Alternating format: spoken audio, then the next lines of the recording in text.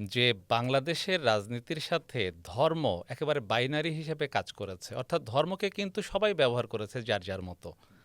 ফলে এতদিন আমরা দেখেছি যে গত অন্তত ১.৫ দশক যে দাড়ি টুপির একরকম বয়ান তৈরি করার চেষ্টা করা হয়েছে সেটা কিন্তু রাজনৈতিক। আচ্ছা, আমরা যা কিছু করি, যা কিছু বলি, যা কিছু লিখি সবই কিন্তু ভাষা। মানে আমাদের প্রকাশটা নানা রকমভাবে হয়।